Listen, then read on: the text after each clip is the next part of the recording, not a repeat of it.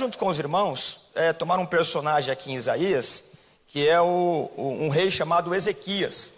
E como esse sujeito, ele tem uma inclinação, né, para buscar a Deus em oração, nos momentos mais cruciais da vida. E eu acho importante nós tomarmos o rei Ezequias aqui como um modelo, né? Então vamos lá. O capítulo 36 de Isaías, é por onde nós vamos começar. O que está acontecendo? A primeira parte dessa meditação aqui sobre a oração, há um problema em que ele é insolúvel no campo da política, no campo de uma perseguição que esse rei está enfrentando, né? Nesse momento da Bíblia, muito obrigado, viu? Agora sim, agora houve luz. Nesse momento existe um império chamado Assíria, e a Síria, o interesse político da Síria é quanto mais terra, mais poder, mais dinheiro, mais condições de explorar, de tributo, de plantar, não é? E o rei da Síria tem uma volúpia, né? Uma ânsia de guerra, de conquistar. E nesse momento da narrativa, o que está acontecendo aqui? O rei da Síria, ele enviou 185 mil soldados e cercou a cidade de Jerusalém. E o que nós vamos ler aqui, eles fazem uma guerra psicológica para que o rei da Síria ele abra as portas, para não ter conflito, para não perder tempo, né? Mas o rei Ezequias ele vai ter uma atitude que vai nos ensinar bastante aqui. O que acontece? Anterior ao rei Ezequias, o pai do rei Ezequias, ele cedeu à pressão do Senaqueribe, que é o outro rei da outra nação. Qual que era a exigência desse rei que está cercando Jerusalém agora? Que o imposto fosse aumentado para ele não invadir a cidade. Então o que o pai do Ezequias fez? Ele aumentou o imposto da população e pagou a propina lá, né? Literalmente essa palavra. E aí a Síria ela voltou para o seu lugar recebendo anualmente um peso de ouro. Só que o custo de vida ficou muito alto. E agora nesse momento, de novo, eles vêm e eles exigem que abra os portões, porque eles vão invadir. E o primeiro momento que a gente vê aqui, tem uma guerra psicológica, não é? No capítulo 36, o texto começa assim, ó. No 14º ano do reinado do rei Ezequias, Senaqueribe, rei da Síria, atacou todas as cidades e a destruiu. E quando eles estão agora em volta de Jerusalém, aparece um camarada, que você vai ler na sua Bíblia, é Rabsaque. A palavra Rabsaque não é nome, é um título, né? Ele é um alto oficial.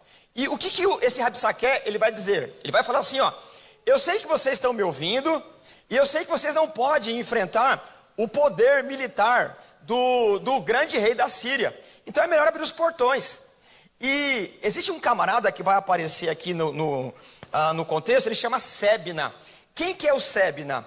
Esse Sebna, ele é secretário do rei de Jerusalém.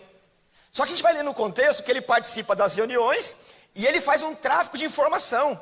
Ele vai lá no rei da Síria e ele fala assim, ó, se você me der tanto de dinheiro, eu digo que a gente conversou na reunião. Tanto que Deus vai dizer assim, ô Sebna, eu sei que você faz tráfico de informação, guarda aí que o seu tempo vai chegar, né? É uma leitura da realidade do nosso contexto social e político, né? Então o rei da Síria, quando vem, eles têm uma informação privilegiada, porque tem um sujeito que é do povo de Deus, que senta na mesa do rei e está vendendo informação, né? Então aqui você tem o cuidado de você analisar bem, né, quais são as informações que você vai traficar. Tem coisa que é sigilosa, para a segurança nacional. E quando o rei vem, olha o discurso do rei para persuadir com medo. Isso eu estou lendo no capítulo 36, verso 4. Eles dizem assim, ó: assim diz o grande rei, o rei da Síria, em que você está baseando a sua confiança? Você diz que tem estratégia e força militar. Não, mas não são palavras vãs. Em quem você confia está contra mim se você se rebelar. Verso 6. Veja, pois, agora, você está confiando no Egito, aquela cana esmagada que fura a mão de quem possa apoiar? Eu vou traduzir esse negócio aqui, né? O que está acontecendo? O rei de Israel, ele tinha combinado com o Egito para mandar cavalos alugados para eles lutarem, não é? Só que alguém já sabia lá, porque já tinha informação. Olha a proposta do rei da Síria. Faz o seguinte: o rei da Síria você paga e eles não mandam o cavalo, porque eles são assim. Você vai gastar dinheiro à toa. faz o seguinte, eu te dou da minha tropa 2.000 soldados e cavalos para você lutar contra mim. Então esse camarada, ele está fazendo uma guerra psicológica terrível. E não tem como fugir de 185.000 soldados. Imagine o seu inimigo falar assim, ó, não precisa alugar cavalo e soldado não. Eu te dou 2.000 para você lutar contra mim. Aliás, você não tem nem soldado para colocar aqui em cima. Imagine o seu inimigo tirando um barato, né? Tirando sarro, falando assim, você não tem condições, abra os portões. E aí o texto vai mostrando que não é possível vencer essa batalha. E aí o rei Ezequias, ele recebe essa carta e ele tem duas possibilidades. Quais são elas? Uma, aumentar o imposto, o custo de vida ia ser muito mais alto e abrir os portões e pagar. Outra coisa é confiar na palavra do profeta, que a gente leria aqui no capítulo 36, do verso 11, para confiar que Deus ia salvar, ia livrar. O que o rei Ezequias faz?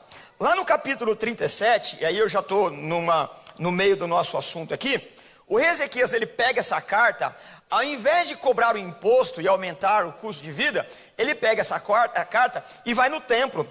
Olha o que ele vai fazer aqui, 37:14. Ezequias recebeu a carta das mãos dos mensageiros e a leu. Então subiu ao templo do Senhor, abriu-a diante do Senhor e orou. Olha a oração dele, a imagem é mais ou menos assim. Ele pega a carta, né? O que o pai dele havia feito?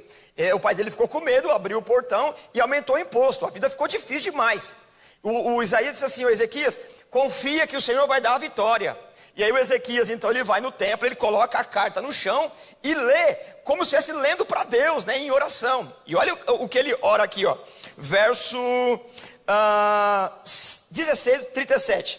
Senhor dos exércitos, Deus de Israel, cujo trono está entre os querubins, só tu és Deus sobre todos os reinos da terra. Tu fizeste os céus e a terra. Dá ouvidos, Senhor, e ouve. Abre os teus olhos, Senhor, e vê. Escuta todas as palavras que Senaqueribe e enviou para insultar o Deus vivo. É verdade, Senhor. E aqui a gente deve entender um tom de lamento, né? Esse cara está orando com toda a intensidade das suas emoções, suas entranhas. É verdade, Senhor, que os reis assírios fizeram de todas essas nações e de seus territórios um deserto. Atiraram os deuses deles no fogo e destruíram. Pois em vez de deuses, não passa de madeira e pedra, moldadas por mãos humanas. Agora, Senhor, nosso Deus, salva-nos das mãos dele, para que todos os reinos da terra saibam que só tu, Senhor, és Deus. Bom, quando o rei termina de orar, essa oração aqui, dizendo, Senhor, nos ajuda, não tem jeito de escapar da mão desse exército que está nos cercando. A gente vai ler o texto aqui, e o Isaías volta lá para o rei e vai dizer assim, ó, assim diz o Senhor, nessa noite vocês vão ter a vitória. Lá no finalzinho do capítulo 37, nós temos a informação, depois de um lindo discurso do profeta, como Deus interagiu com a nação, aí você tem o resultado da oração do rei. Olha o capítulo 37, verso 36. Então o anjo do Senhor saiu e matou 185.000 homens no acampamento assírio. Quando o povo se levantou na manhã seguinte, só havia cadáveres. Assim, Senaqueribe, rei da Assíria, fugiu do acampamento, voltou para a cidade e lá ficou. Bom, o que está acontecendo aqui, né? Imagine que aqui é Jerusalém, e você tem aí 185.000 soldados e um camarada gritando impropérios de ofensa para nós. Não tem como não atender esse cara, a gente vai morrer. Ou a gente paga o imposto que eles estão querendo, abre a porta, ou a gente morre. Porque ele confiou no Senhor, ele pegou a carta, ele colocou no templo e orou, sem ter explicação, um milagre fenomenal. 185.000 soldados acordaram todos mortos. Um espetáculo, né? Uma coisa assim, que não tem como não atribuir a Deus. Bom, aí você tem o quê? Esse primeiro momento de vitória. Quando nós lemos o capítulo 38, ainda é o rei Ezequias. Esse camarada, ele deveria estar celebrando, né? De gratidão, exultando de alegria. E aí então, quando você começa a ler o texto, capítulo 38, olha a informação que nós temos. Naqueles dias, Ezequias ficou doente, à beira da morte. O profeta Isaías, filho de Amós, foi visitá-lo e disse, ó, assim diz o Senhor, põe a casa em ordem, porque você vai morrer e não vai se recuperar. Irmãos, imagine, depois de uma vitória acachapante, né? Uma vitória inquestionável. A Síria, ela tinha 185 mil soldados rodeando Jerusalém, mas ela tinha muitos outros milhares de soldados em outras nações, né? No intercurso de guerra. E quando houve essa perda de 185 mil soldados, o rei Ezequias ficou famosão. Ele quase se tornou o imperialista mundial naquela época. O problema é que passou um tempo, ele ficou tão doente que ele estava em face da morte. Veio o profeta que interagia com ele, disse assim: o Ezequias, sabe o que é, cara? Você vai morrer. Percebe que depois de uma batalha que Deus levou a uma vitória, que a fama desse rei ficou assim, extraordinariamente espalhada pelo mundo.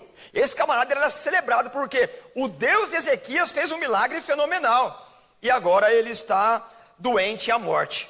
Aí o Ezequias, ele começa a orar. A gente até ri, né, do argumento de Ezequias, porque tem um salmo aqui que a gente chama de o Salmo de Ezequias. Tem um momento que ele diz assim para Deus: ó Deus, vai deixar eu morrer mesmo, né? Olha bem o que você está fazendo, né? Porque se eu morrer, eu não vou mais louvar o Senhor, né? Na minha outra Bíblia eu até coloquei algumas risadinhas, né? KKKK, porque é muita prepotência. Mas é um salmo, né? Como se ele dissesse: Senhor, só os vivos te louvam, né? E nessa oração sincera, ele recebe o profeta de novo, o Isaías volta, e o Isaías diz assim: ó, Deus mudou tua sentença, você vai viver mais 15 anos. Imagine a fama desse camarada, não é? Ele ora, e um exército indestrutível para as condições bélicas daquele momento é destruído de uma forma miraculosa. Agora ele está doente à morte. Veio um profeta desse tal de Jeová e cura esse sujeito espetacularmente. Então esse camarada aqui, e a gente não sabe de onde vem a doença, muito provavelmente por conta do cerco ocorreu muitas doenças, né? Por conta da questão sanitária. A gente não sabe por qual foi a doença. O fato é que ele tinha uma ferida e o Isaías disse para ele colocar em plástico, então por questões sanitárias. O fato é que num momento muito curto, o rei Ezequias, ele ora e Deus destrói um exército dessa monta.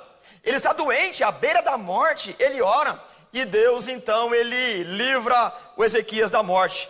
E aí, irmãos, a notícia ela se espalha, e a tal ponto que a Babilônia, que tinha interesse no controle mundial, faz uma visita. Aí há um interesse, né? O que a Babilônia intentava? Ora, se a gente fizer amizade com Ezequias, esse Deus pode nos ajudar também. Irmãos, imagine só, você ora e um exército poderoso, ele perde o poder mundial. Você ora de novo e Deus te cura de uma doença mortal. Todo mundo quer ser seu amigo, o profeta de Deus, hein? Você é indestrutível.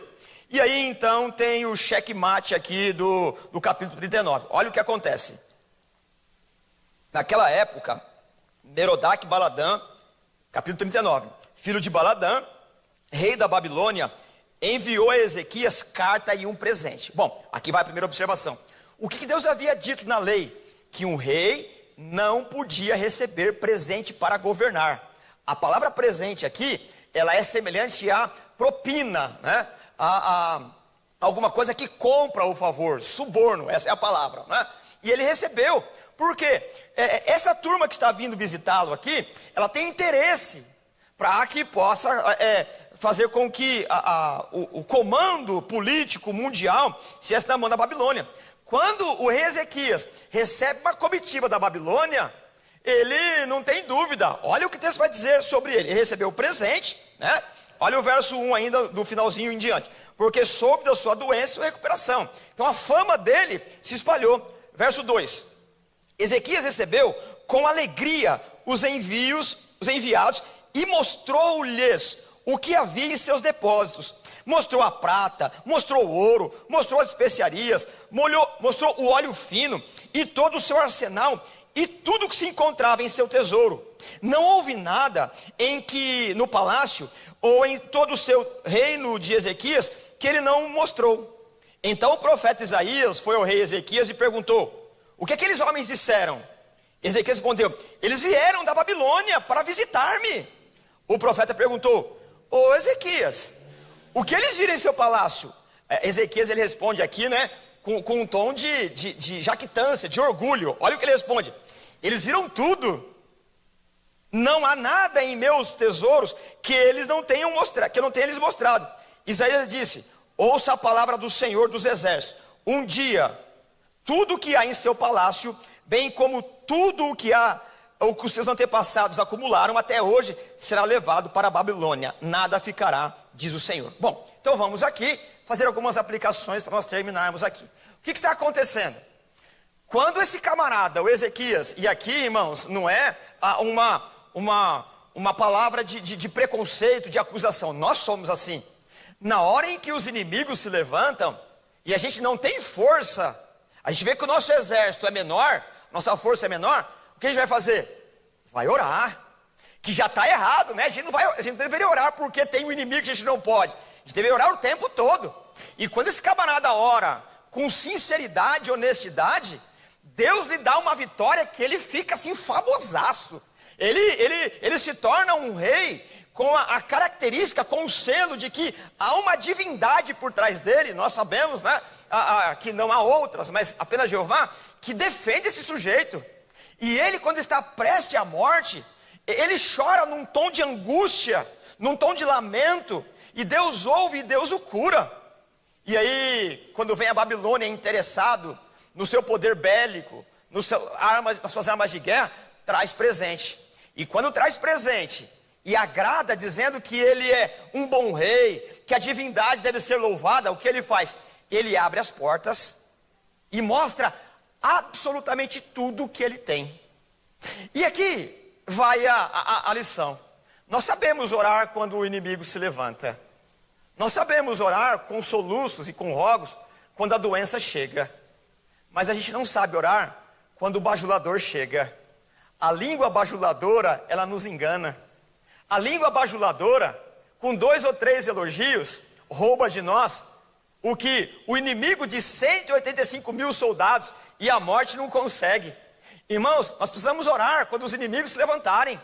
Nós precisamos aprender a orar quando a doença chegar.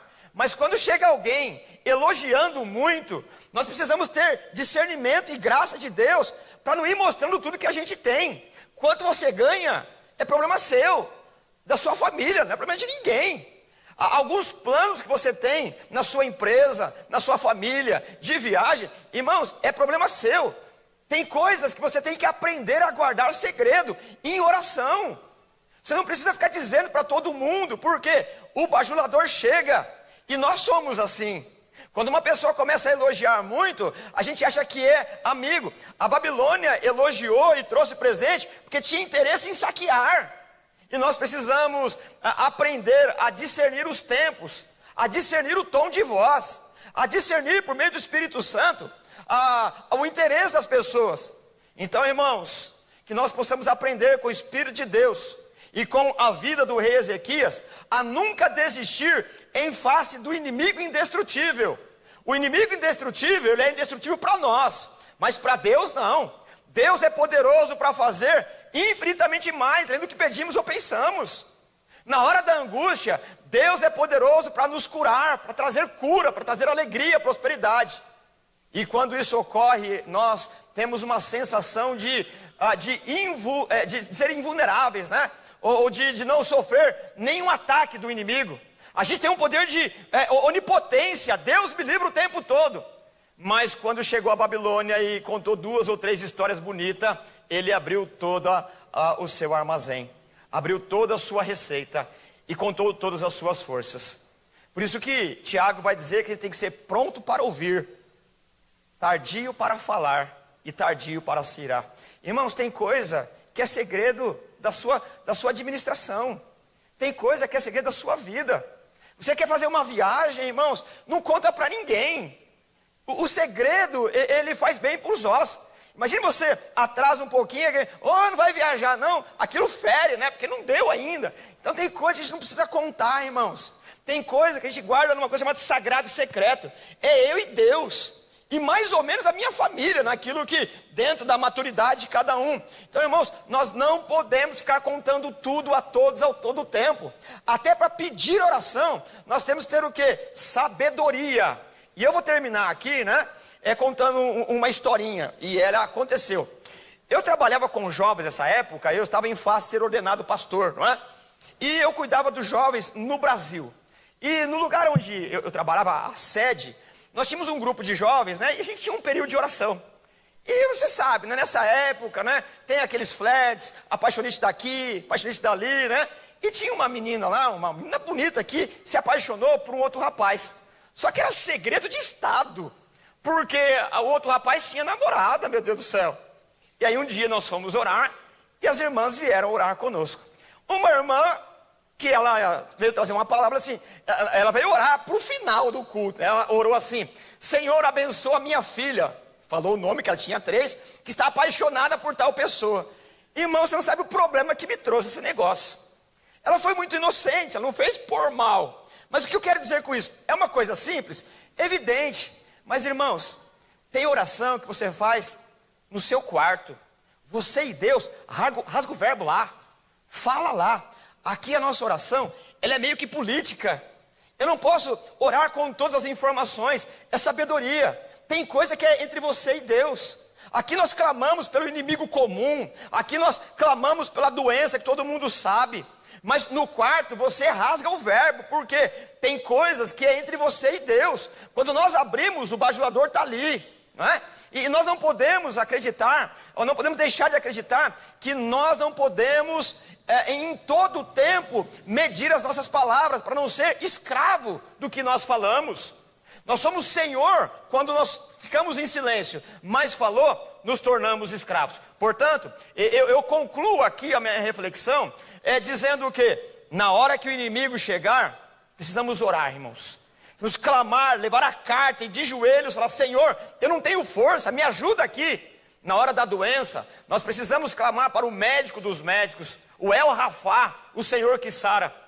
Mas na hora que chega o bajulador, nós precisamos orar e guardar a nossa língua, porque abrir os cofres, abrir os segredos, não é uma coisa muito inteligente. O servo de Deus, ele sabe guardar segredo que ele conta somente para o Senhor. E no tempo oportuno, as pessoas vão saber, se é que tem que saber. Se você tem empresa, o seu salário, o que você vai fazer, é problema seu e da sua família. Se você precisar contar, você conta em doses homeopáticas, que é alguém que vai orar, você tenha confiança nisso. Então, que o Espírito de Deus nos dê sabedoria e discernimento para guardar a nossa boca, porque a bajulação, ela rouba a nossa capacidade de discernimento. Que o Senhor nos dê alegria e maturidade e discernimento, né, para fazer uma leitura da vida que vivemos. Vamos orar, irmãos? Em seguida, eu já quero agradecer os irmãos, né, pela presença. Estamos terminando aqui por conta do falecimento da irmã Eliana. Então nós já vamos orar, despedir os irmãos com a bênção apostólica. Os irmãos, se quiserem esperar, tá bom? Fique à vontade. Você quer a palavra de volta para fazer alguma consideração? Tá certo. Então amanhã, não é? Amanhã nós teremos nosso culto de oração. Começou ontem, hoje estamos aqui, e amanhã a partir das 20 horas, ok? Eu não estive ontem, não estarei amanhã porque eu dou aula, né? Então hoje, como era o culto que eu sempre participo, então hoje eu estou com os irmãos aqui, tá bom? Então vamos orar, e os irmãos participem e orem para a glória do Senhor. Vamos ficar de pé? Senhor, e mais uma vez nós te louvamos, Senhor, pela vida que o Senhor tem nos dado. Nós, Senhor, temos o pão para comer e temos o paladar para sentir o gosto do pão. Nós temos, Senhor amado, nosso trabalho, e também queremos que o Senhor nos dê a alegria de desfrutar do dinheiro, do salário que nós temos. Obrigado, Senhor, pela casa que temos, obrigado pela igreja que temos para servir, obrigado por tudo que o Senhor faz por nós. Nós não podemos, Pai, deixar mais uma vez de orar pela família enlutada. A vida é tua, o Senhor a dá e o Senhor a recolhe no tempo em que o Senhor determinar, no tempo que o Senhor decretar. Nós somos teus, Pai. Ainda com dor, nós admitimos que a vida é tua e louvamos ao Senhor em todo o tempo. Mais uma vez também eu quero agradecer pela alegria que a família do irmão Agostinho, do irmão Belarmino está vivendo com os filhos, Pai, que tiveram venturas, sucessos, Pai, na empreitada com os embaixadores. Que essa alegria seja multiplicada, mas que acima de tudo eles não percam o temor ao Senhor. E que o que eles conquistaram, Pai, pelo trabalho do irmão Fabinho, da irmã Lúcia, seja potencializado para a igreja toda. Todos possamos, Pai, ser bem-aventurados naquilo que fazemos. Obrigado por essa noite. E mais uma vez, nos ensina a orar quando o inimigo se levantar. Nos ensina a orar com persistência quando a saúde não for a mesma. Mas acima de tudo, não nos deixe esquecer de orar quando o elogio exagerado, quando a bajulação bater a nossa porta. Nós somos suscetíveis, nós somos vulneráveis, a não ser que o Senhor nos ajude e nos fortaleça e nos faça lembrar do modelo do rei Ezequias. Pai, nós precisamos da tua graça e oramos agradecidos por tudo que o Senhor faz e oramos em nome de Jesus. Que a graça do nosso Senhor e Salvador Jesus Cristo, o amor de Deus, a comunhão e a consolação do Espírito Santo e seja com todos e juntos possamos dizer amém. Deus abençoe, meus irmãos, e muito obrigado.